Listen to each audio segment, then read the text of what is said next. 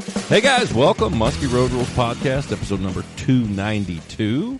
Guys, thanks for listening. Thanks for telling a friend. And, love hearing from you guys. Getting some text on the text machine. I like that. All kinds of good stuff going on. So, guys, tonight's podcast is brought to you by Thorn Brothers. Thorn Brothers, the makers of the Stealth series of rods. They've also got the Predator line, but the Stealth series, guys, is like having a custom rod, but just a little bit nicer. You can check them out. I've been throwing the extra heavy and the 10-foot extra heavy and the 10-foot heavy, the 9-foot extra heavy. All those rods, guys, you can't go wrong. Go to thornbros.com. Also, if you're looking for any type of electronics, reels, and baits, they've got a ton of custom baits and just ones you can buy off the shelf.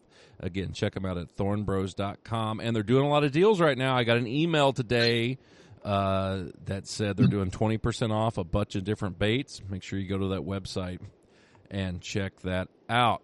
And guys, make sure you shoot me a text. All right, text us on our text machine, 606-776-6729, and that's the Lungin Lures text machine. Lungin Lures, makers of the 22 short, 22 long, 22 SS.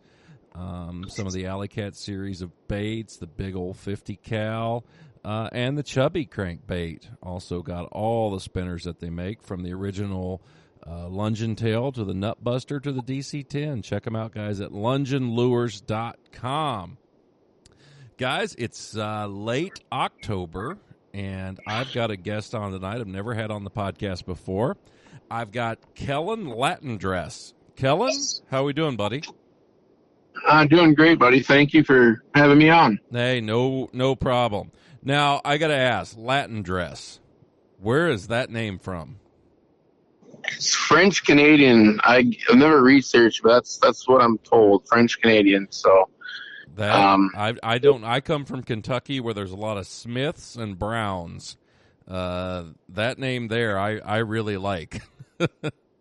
Yeah, I don't even think I pronounced it right, and it's my last name. I've heard some French people say it, and it sounds way cooler. Oh, yeah. It sounds a lot more elegant than my Eastern Kentucky ease that comes out.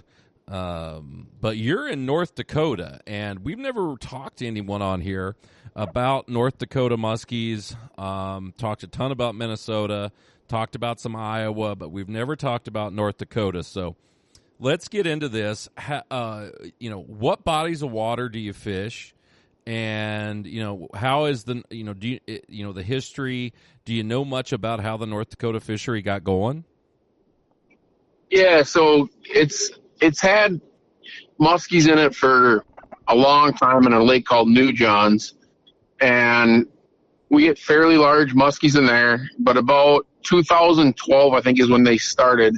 North Dakota Game and Fish decided they were going to start stocking 3 other lakes. So they did Ashtabula, Audubon, and Wood Lake.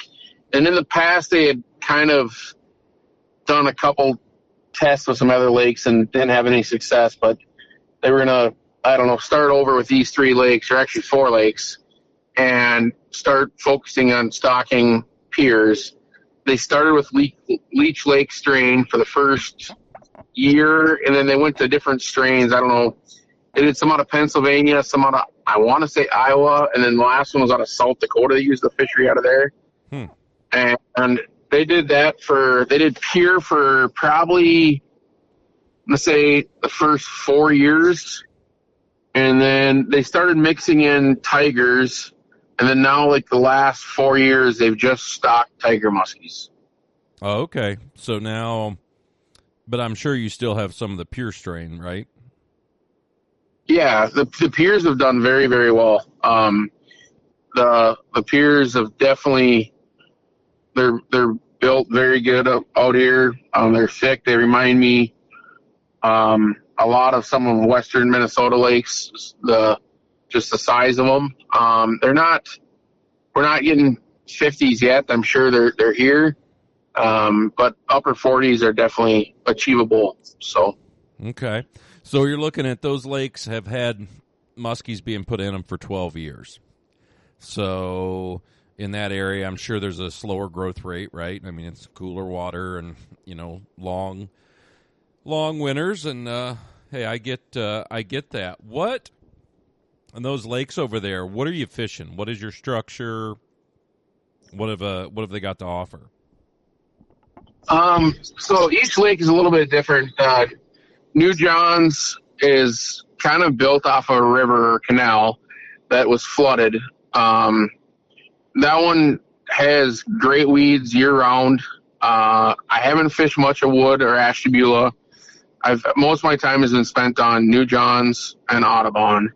And earlier I said there's upper 40s. New John's has plenty of 50s that have been in there because it's the one that's been around for a long time. I've had a 53 and a half out of there in my boat. Jesus. But that's a rare fish. There's every year though there's quite a few 50s caught out of there. Okay. But anyways, Audubon, our fish are Cisco based pretty much. So New John's, Audubon are all Cisco, and it fishes a lot like Minnesota. I haven't fished many of the other states, Greg, so I don't have the experience, but I don't know, your Detroit Lakes area fisheries are very similar to it. So on those lakes there, are they clear water or is it dirty water over there? New John's is fairly dirty. New John's is, you're looking at like a foot to 2 foot of, I'd consider it as far as musky lakes compared to the other ones I fish, very dirty. Mm-hmm. Audubon just depends on the day, but most days you have at least 4 to 5 foot of water clarity, and there's days where you'll see down 10, 12 feet in Audubon. Okay. So, and I'm assuming North Dakota, you probably deal with a lot of wind. Correct. Yep. So, I mean, it can change. I mean, I think we are probably the windiest state. It seems like we're always battling. Trolling motor is always on 8 or 9. I will agree. Yes. Because it comes over here to western Minnesota, and it is, this is the windiest place in the world. I will definitely say that. So what got you into muskie fishing over there? I mean, is it just something you've always done, or did you start with like panfish, or how did that happen?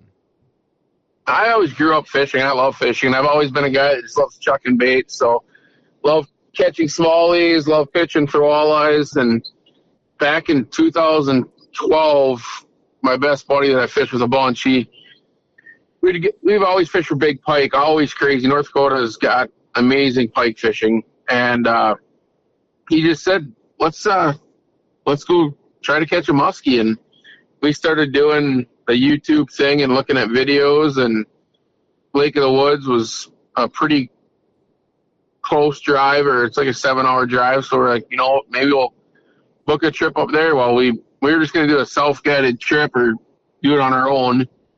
And like the next week I went to the Muskie show in Minneapolis and spent a couple $1,000 not knowing what the heck. Yeah, not very easy. And, didn't have a clue what I was going to do, and grabbed some baits. And that year we went for the first time up to Lake of the Woods. I think we stayed at Miley's with Justin for 5 days. I think we seen 12 or 15 muskies, something like that. We caught 3, but I never caught one. And I'm a very competitive guy. And I got back to Minot, but I didn't know. I mean, we went there blind. We didn't know what we were doing. Like the first day, I know you fish up there a lot, Greg. The first day, we literally went on a shoreline and we fished for 10 hours straight, and we never left that shoreline. Like we put the trolling motor on like 0.3 mile an hour to 0.5 and just started casting for covered, 3-4 miles of shoreline, and didn't know what we were doing. But I got back from my trip and I was sitting in my office for about 4 hours, and I thought, I really want to go again. So I talked to my office partner, and I went back home, hooked up the boat, and a day later I went back up there for 7 days, and I think we caught like 18 walleyes, 18 muskies the second trip up there in 7 days. So I was hooked. I was just seeing them the first time I seen a follow. I was just something so much different than I'd ever done before. And I mean, since then I've been addicted. So Sure. I love it.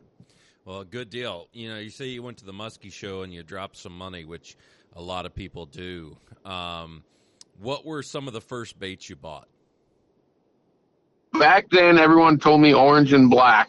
So I had orange and black spinner baits, orange and black top. Everything was orange and black in my box. Nice. And some of the big fancy stuff I don't remember back then. I remember I got a couple Wally Pogs, and I didn't even know how to use any of this stuff really. And grabbed 2 rods, and the first time we went up the Lake of the Woods, I hate to even admit this, we didn't even have a hook cutters, I don't think. So there you go. Yeah.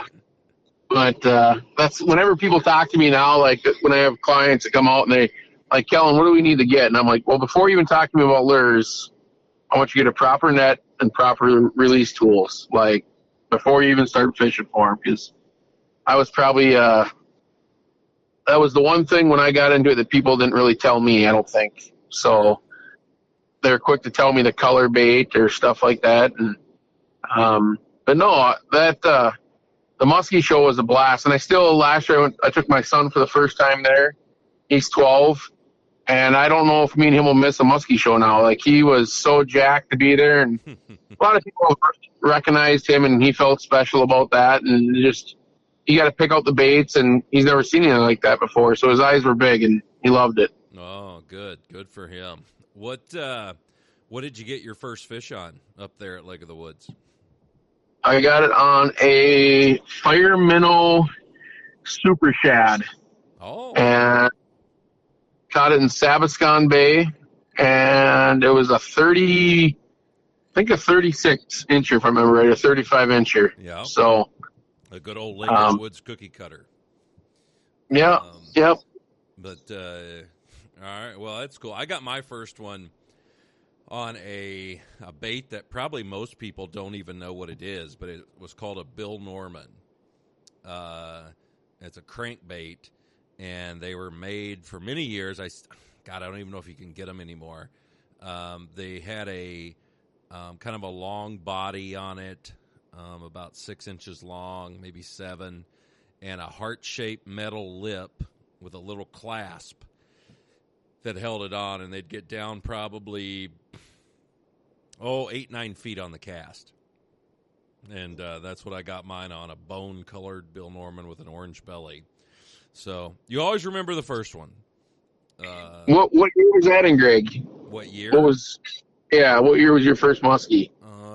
That would have been 92. 92, okay. Yeah, probably 92. 92 or 93 is when it was.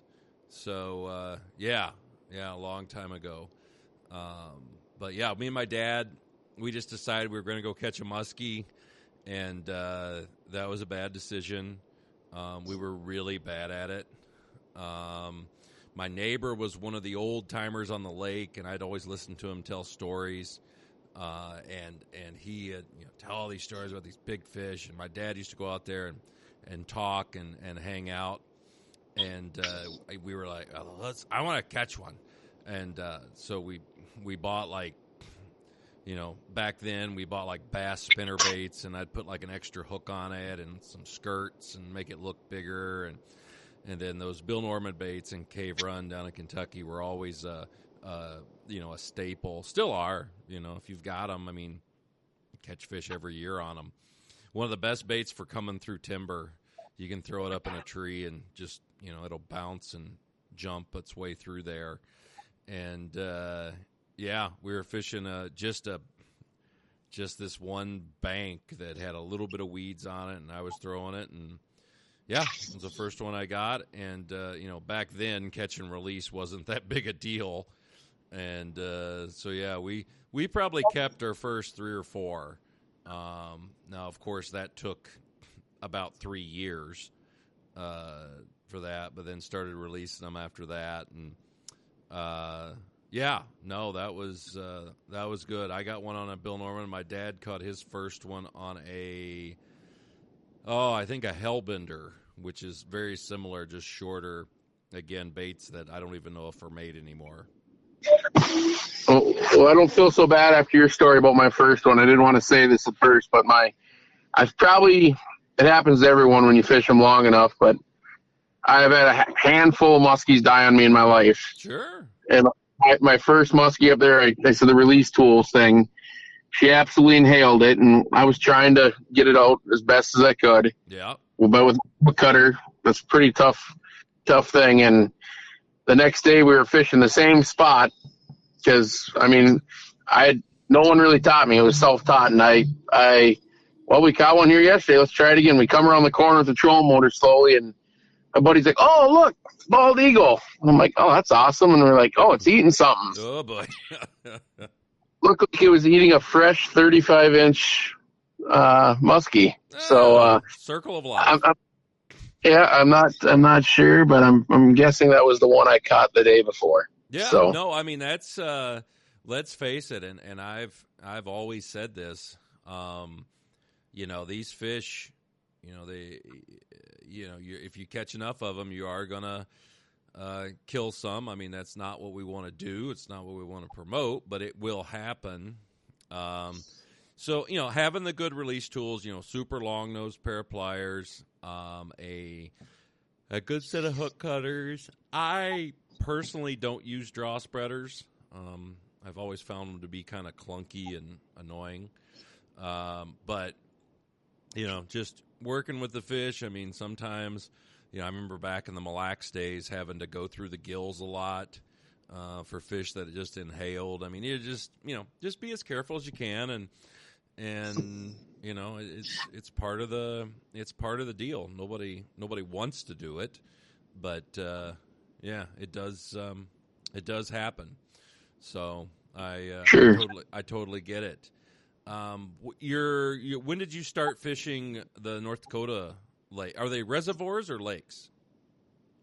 So there's a couple lakes and a couple reservoirs. So Audubon is actually half refuge, and that one moves up and down every year, but it's part of kind of like the Missouri River system. The Missouri River feeds it, and then in return, Audubon kind of overflows into a big canal system that goes, I don't know, hundreds of miles, but there's a couple spots where it's dammed up, and that's the lake called New Johns. Mm-hmm. And then like Wood Lake is a little lake on its own that they're in now, and then Ashtabula is on a river system too that's dammed up.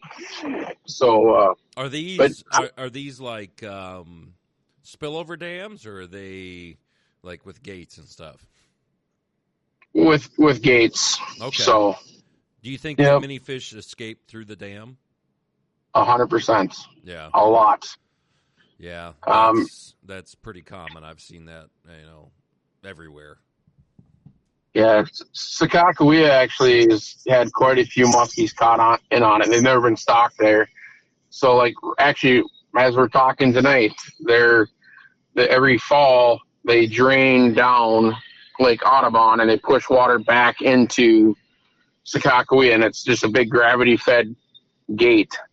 So those fish can freely go through there, and there's been fish caught all the way to the Montana border now that have been muskies. So they definitely go through the gate, that's for sure. They're travelers. I think these fish swim a lot, and if there's current, they just they'll just swim down and follow it. But Sakakawea, now that is the name of a lake. Where did that come from? So that's Lewis and Clark. They had a Native American gal that when they came when they were exploring, they picked her up somewhere in the Dakotas, and she kind of showed them. I'm not a historian, but she was throwing a ride. Yep, pretty much. She actually, I think she pretty much kept him from dying. She probably showed him which way to go. I don't know. But And she said her anyway, name was Sakakawea? yeah, you never heard that name before yet, Greg, or no? I don't You never think heard I've ever heard that name before, but I love it, and I don't think I'm going to find that on a keychain anywhere. But yeah. if I did, I would buy it because that's quite the name. Again, I'm loving this. So the lakes there in North Dakota. Maybe let's talk about what are like some of the patterns that you've done well on out there. Maybe you don't have to give me secrets or anything like that. I'm not looking for that. But like if you had 3 baits to fish your lakes out there, what would they be? Rubber for sure. So our lakes, the tigers love deep water. They won't slide up shallow like the piers nearly as much. Earlier in the year they can sometimes, but I've caught a lot of fish on Poseidons and like mid Medusas. Mm-hmm. So both those would be 2 of my top baits, and then your bucktails still, like your burners, or I call them burners. I throw Thorn Brothers has got a new, I think they're called TV burners. I throw them, or I throw a bucktail out of Fargo named Jenny Boo. I don't know if you've heard of them before, Greg. Yeah, but I have. What kind of explain what that is? They're just the Jenny Boos are weighted heavier, and for me, they just open up right away. I like having a smaller, faster bucktail. I'm a big fan when I'm using bucktails, especially with the tigers, like speed kills. Like there's no reason to wear yourself out with double tens or anything big. The faster, the better. And I mean, I've had muskies on these or tigers that I've watched shoot up 10, 20 feet in a matter of a tail kick. Like you can watch them. They'll hit something on the surface and they can be 20 feet down with no problem. And the tigers that's one thing that I love about the tigers. The tigers, I don't have to worry about clients and their figure eights 90% of the time, because tigers just chow. When they want to eat, it's game over, and they're not Madonnas like muskies are. They don't follow it and want you to do the right figure eight and change elevation and change colors, or if a cloud's over the top. When they want to eat, they just decide to inhale it. Mm-hmm. So they're way more aggressive. And so I would say I like earlier in the year I use a lot of plastic. If I do find fish shallow, your typical bucktail, smaller bucktails though. And then it's kind of like Western Minnesota, that first, I don't know what your rule of thumb is out there, but I would say when the air starts dropping into the 60s at night, or even below the 60s, when it's starting to get cool, there's a good topwater bite that starts. And that's more based on the piers. I've caught a couple giant tigers on topwater, but I don't know why. I wish they would. When they do hit a topwater, there's no follow. They literally 5 feet out of the water with the topwater in their mouth. It just blows up, which is awesome. But the tigers, I don't know. They don't trigger off a topwater nearly as much as the piers do. So, what kind of topwaters you like? You're a prop bait guy? You like slower ones? What do you? This year I think some of the piers kind of got smart to the topwater out here. We're getting a lot more pressure now. So, the first couple of years that I chased them, it was nice. There wasn't as much pressure, and they just weren't educated as much, I don't think. So I used to throw a lot of Big Mama prop styles, the Twisted Sisters, Psycho Sisters, even the 180s. Who makes the 180s, Greg? Larry Dahlberg's 80s. Whopper Ploppers. Whopper Ploppers. Yep. Throw a lot of it didn't. I'm a big color guy, so anything black, I just throw anything black top water. If it spins right, if it sounds right to me, I throw it on. If I cast it a couple times and I don't like the sound of it, or if it's not spinning correctly, I got way too many top waters. I'm addicted to them. So now I throw a lot of walk the dog stuff. So especially if I have a big fish I'm going back on, and I know, or if I'm in a high density area where I know there's going to be a muskie for sure in a stretch, I will slow down my fishing presentation, and I will throw a walk the dog almost all the time. I know I always hear the hog wobbler. We have a mutual friend, Ben, that he always tells me that I need to throw the hog wobbler, and I just haven't given it a fair shot. And guy gets stuck in his ways, you know. Oh, I know all about that. What kind of walk the dog do you like? So Big Mama makes one. I don't even know the name of it. It's the Big Mama. Is that the Big Mama? It's the original Big Mama? Yep, that's the Big Mama. Yep, that's by far my favorite walk the dog. And I have, I think, 6 or 7 of them, and they're all black with a blue eye on them. They're the same exact color, and I don't know. I don't know why they run right all the time, so they run the same. I don't know why I need different ones, but I do. So that's all right. I know all about that. Well, that's cool. Yeah. You're talking about, what's some of the bigger tigers you've caught out there? So my biggest tiger that I've bumped is 48 and a half inches. Ooh, how'd you get that guy? That one came on not a TV burner, but a Jenny-Boo. That one came on a Jenny-Boo burner. And that one actually that was a shallower fish, which is kind of rare for the tigers. That one came mid-June. I was very unexpected. But no, you get our tigers, like last year I probably had 10 or 15 tigers over 45 inches. So you get a lot of that 44 to 46 inch class. Last year I got a 47 and a half. Or when I say it's kind of like when you're with people, I guess, my boat. Sure. I'm not fishing. I'm in the back. If someone's tired, I'll cast, or sure. I don't get many days I'm casting anymore, but we had a 47 and a half last year that was built incredible. I mean, it was built like a 50-inch pier. And that one, the 48 and a half we had didn't have quite the build. The 47 and a half that we had last year was amazing. This year was kind of an off year for me on Audubon and New John's, the two lakes I fish the most. We had an unusual winter last year where it was warm, and it was the first time that our game and fish that our weeds did not die on the lake. So come spring, we had all our weed growth from last year, and our weeds die every year in the winter.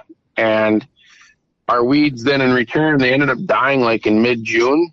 Oh, wow. And the whole lake so they carried the weeds over from the year before. And then we had this kind of a weird die-off, and I don't know. When you're a musky fisherman, you blame everything. Yes, I don't know what it was, but I went from like the last 2 years when I was guiding. Last year I had 97 muskies in the boat, and so I'm multi-species. I just don't do muskie last year I did almost 4.5 fish a day on guide trips.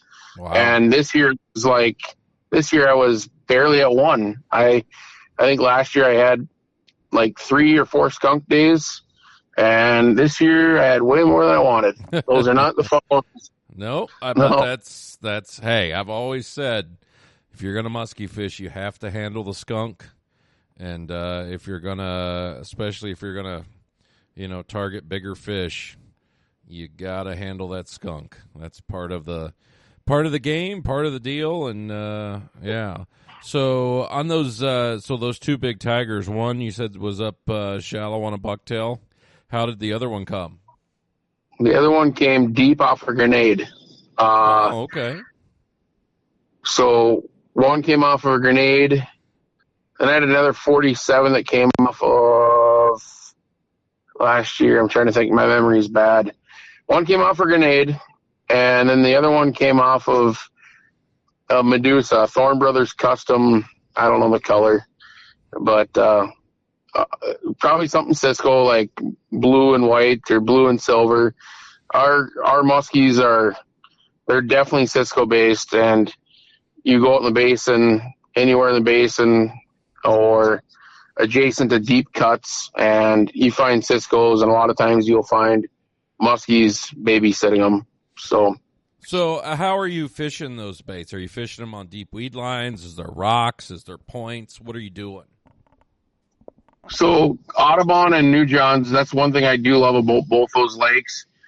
You can find everything you just said all in one lake. And there's a lot of sand. There's a lot of deep weed edges. And I myself usually start with deep weed edges. In the mornings, I will fish shallower. I'll approach it, like, depends on the time of day, depends on whether there's clouds or not, or if we have weather. But on a normal guide day, if it's nothing's weird with the weather, nothing's just your average sunny day with 10, 15 mile an hour winds, I will start shallow during the daytime, and I will start shallow during the morning time, and then I'll move a little bit deeper as the sun rises and work deeper edges and stay there for most of the day. Now, is your weeds cabbage or coontail or all the above? Mostly cabbage, all cabbage. This year we had like an explosion on Audubon of, I don't want to say it's coontail. I don't know. What are the spiral ones, Greg? It was a mess. I couldn't stand it. The spiral weeds. The little thin ones? Yep, they come all the way to the surface. Yeah, I always called that pig dick. Okay, well, I can't stand them because they. I don't know if that's the official name that's in the books. I hope it is, but that's what I called it. Yeah. But it's a pain. Yeah. Our weed lines out here will go out most of the time to like anywhere between 12 and 17 foot of water. So a lot of times my boat, I will be positioned like in 20 to 30 foot of water a lot of times and fishing that range. So and you're just working baits down that edge? Correct. Yep. Okay. On an average day, my boat will have first water. A lot of times will be a bucktail fishing the shallow side, and then I'll have usually a Poseidon and like a Medusa running behind it, or maybe a grenade. If it's early in the morning or if it's late season, my third water bait will usually be a top water of some sort. Sure. And kind of go from there. It doesn't fish much different. I don't think they fish much different than, like I've said reference before, the Minnesota lakes. I think they fish pretty similar. The muskies, they might be in different states, but they're still muskies, and they still are chasing the same food forage kind of. Yeah, no, I get it. What about your purebred? You said you had some really big ones of those too. Yeah, so our piers are definitely way bigger than New Johns. They've had a lot longer time to be in there. And our piers will definitely relate to a lot shallower water. The tigers, I can't get the bite at night. There's not much of a night bite. I mean, there's your obvious windows at morning and sunset. But your piers here, there's been good night fishing for them, and it's no different than other places too. Your bigger fish are way more suspect. They're way more willing to eat in the dark. So, and our piers here, our big ones are a little more rare, but their build are the ones that they originally stocked. The Leech Lake ones are I've had anglers from all over the country here, and when they hold them, they're like, wow, the build on these things are amazing.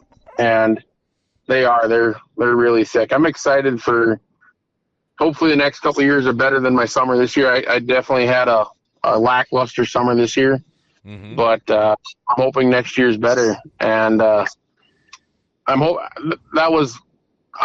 hoping was related to the winter we had. It was the first time, like I said, that we've ever carried our weeds over in a lake that Game and Fish can remember. So sure, hopefully it's something I don't deal with again. But yeah, our piers have good shoulders on them for sure. So let me ask you this: what's your biggest pier over there? The biggest, my buddy Josh, I netted for him, was a 53.5 incher. Whew, that's a good one. And I think the girth wasn't nothing crazy, but it was midsummer, and I want to say it was a 24-inch girth on that one. Oh, that's a 23. girth. I think it was 23. I don't know. I don't remember. That was like 6 years ago. Okay. What's the story on that fish? That fish came on Jeff Anderson used to have a company, Big Tooth Tackle, and I forget the name. It was on a honey bear, whatever his bucktail was called. I forget what it was, Greg. You might remember. Yes, the juice. The juice. Yep, and it was on a honey bear, and that one came on a big weed bed, and we'd already fished the inside of the weed bed, and I turned around and he had just got a big pike on it, like a 36-inch pike or 37-inch pike, and half the feathers were out, and then he's going to change baits. I said, why? I said, and he had a follow earlier on. I said, just keep it on, and he caught it like 3 casts later, and we caught it on the same weed bed. We turned around and fished the same weed bed. First time we fished it outside to in, and then we turned around and fished it inside outside. Just because it's one of those spots where I always know there is a muskie usually, whether or not she wants to move or not. Like, it's one of the more high density areas, and that was on New John's. Oh, okay. So that's a hell of a fish. What's the biggest fish you've heard of caught over there? There's been a couple 54s caught. Wow. But it's been a while for those. There's a couple guys that have had 4 or 5 50s in a summer out there. Nice. And I mean, but you got to put it's no different than the other lake. Obviously with live scope, that's changed a little bit of the learning curve, but you still got to put your work in out there. They're rare. Mm-hmm. So it's definitely not a trophy fishery. If we're going to hang our hat on it and anything in North Dakota, is our tiger muskies are unreal. The paint jobs on them are unreal. If someone's looking for something different that they get them excited. Like I love tiger muskies. They get me excited just talking about them, and I get to see all my clients, their reactions when they catch them. And I don't know if you've probably caught tigers all over, I'm guessing, and I don't know if this is normal for them, but our tigers, I can almost instantly tell if it's a tiger because our tigers like to jump. They go airborne almost all the time. I'd say 80% of our tigers go airborne within the first 3 seconds of setting the hook. First split second half the time. So I don't know if that's something with genetics or something you've seen other places, or maybe it's the strain they stock here. Are they usually hooked pretty deep when they hit? Yeah. All the musky tiger, because they're very aggressive. I would say that on average, my peers, it's no different than any other place. Your peers you're getting constant follows. Your tigers, I would say that only 15 to 25% of the tigers, actually only 25, 10 to 15% of my tigers bite on a follow. The rest eat away from the boat, or they eat in the first turn on the figure eight, but you don't see them follow. When they follow deep, or they come in lackluster, and I'll see them on the side scan, and they'll stay like 10 feet under the boat. And I think eventually something just triggers in them, and they come racing to the surface. Oh, no shit. So, is there any over there by you? I know you said you like black on the surface baits. Is there any, like, is that still a color that you throw throughout your choices? So I always mix it up a lot. Like I go with the standard, like if there's clouds, I'll throw paint on. But if it's sunny, I'm usually metallic, or I don't know. As far as blades go, I'm using, nickel or copper. But when it comes to colors on other baits, like my plastics and stuff, I'm throwing rubber. I'm throwing anything Cisco based, or that looks like a Cisco to me.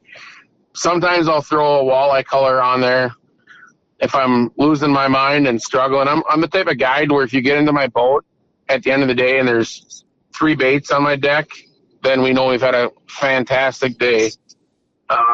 This summer I probably averaged 100 baits on my deck. Like, you couldn't step anywhere because just cycling through them. But I don't throw a ton of other presentations other than Cisco, perch, and sometimes some walleye colored stuff.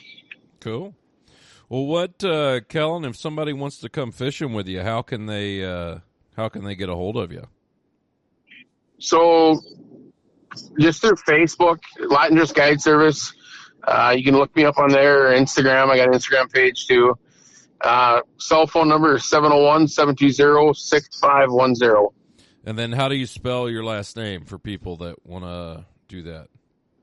That's a good tip. Latendresse. Oh, there you go. It's different than what I wrote down. But good deal. Well, Kellen, hey, I really appreciate you coming on here. Hopefully we'll get you back on again, and maybe this winter get you on with a few guys, and we can all tell some dumb stories. But we do appreciate you coming on here tonight. And guys, if you want to come, I think I'm going to open up another week here in Minnesota with it being so warm. I just dropped the phone. I'm such an idiot.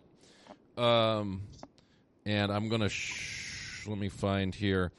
So if you want to come to Minnesota and fish, I think I'm going to try to actually open it up and guide, the 10th through the 15th of November, maybe even to the 17th, probably the 10th to the 16th or so. If anybody wants to come, you can always text the text line, the Lunge and Lures text line, 606-776-6729. I think I'm going to open that week up, unless it gets just super nasty. But if you want to come, get on the books, let me know, and we'll see what happens. Kellen, I really appreciate you coming on here and talking with us tonight. And, I will talk to you later down the road, okay? Hey, thank you very much, Greg. All right, we'll see you later. See ya. Bye.